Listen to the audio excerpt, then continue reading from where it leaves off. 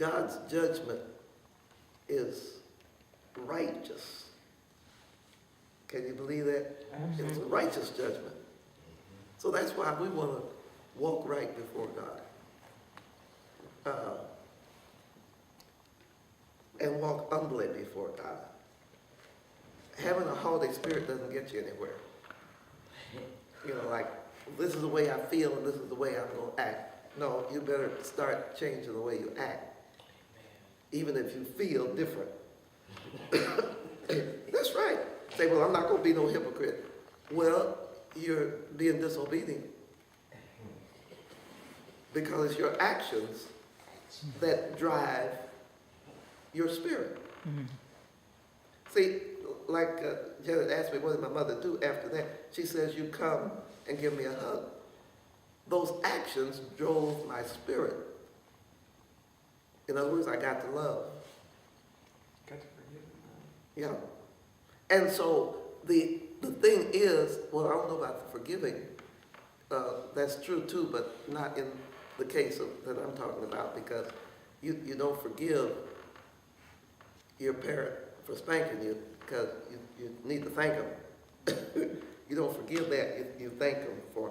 And so when God corrects you, you give him praise and you thank him for correcting you. Yes, yes. That's very important. And love him even more. Well, Lord, I just thank you for showing me what I should do and how to do it, or how to get out of this wherever I am. That's not right before you. So I thank you, Lord, and I just praise you for giving. You know, if you have a conscience, thank God for it. Thank you, yes. If you can feel bad about the least little thing. Yes. Now, I have a friend that doesn't feel bad, that would feel bad about killing an ant. I don't feel bad about killing ants. So that my conscience doesn't go that far. I want them little critters out of my way. I'm sure God But you see, here's the thing. We need a soft conscience. We need a conscience that when we feel like we've hurt somebody's feelings, we need to feel bad about it. Yes. And rectify it. Come back and do something that pacifies that person, so that person is not in the dumps because you're in the dumps. You don't put people in the dumps because you're in the dumps. If you're mad at the cat, don't hit the dog. You know what I'm saying? Mm-hmm. If you're mad at your children, don't fuss at your husband. I had to learn that lesson. How about if we hurt somebody else, even though we don't? It wasn't because we were hurt. It's just that, aren't we also accountable for how other people receive what we say and do? To a certain degree, not to 100%, but to a certain degree. Well, how our state affects other people, not just if we're upset. In other words, if people take us the wrong way. Take us the wrong way, or are offended by something which we think is not an offense. Well, yeah, if they think it's an offense, it's an offense. That's right, because it's really judged by to the them, person because it's to them. In other words, if you do something to a person and they think you're being mean, they feel meanness. Right, that's right.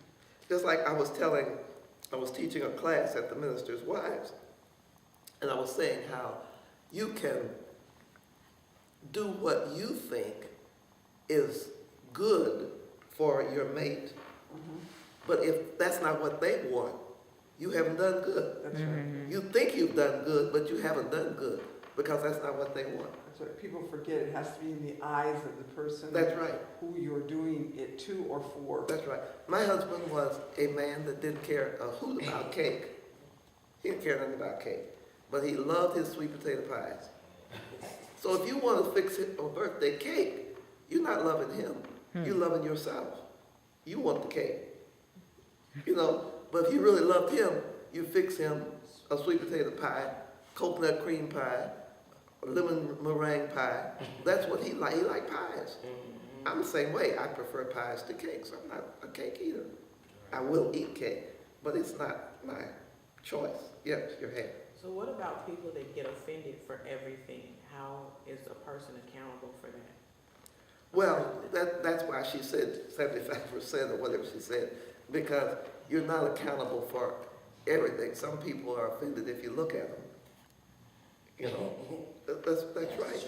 You know, just like some kids, they cry if you look at them. They just cry. I used to be like that. I just cry if you look at me wrong. You know, I'd be a crybaby. But here's the thing. You've got to understand that it's your responsibility still to make sure that what you have done is not out of character with love. See, love is the fulfillment of the law. And so if you love that person, you want that person to feel good and right. So that's why sometimes we do what we coddle people, because you want them to feel and to know that you're truly doing what you do in love and you're not trying to offend them. However, sometimes what you do is correct, but the way you do it can send forth spirits of hate or anger.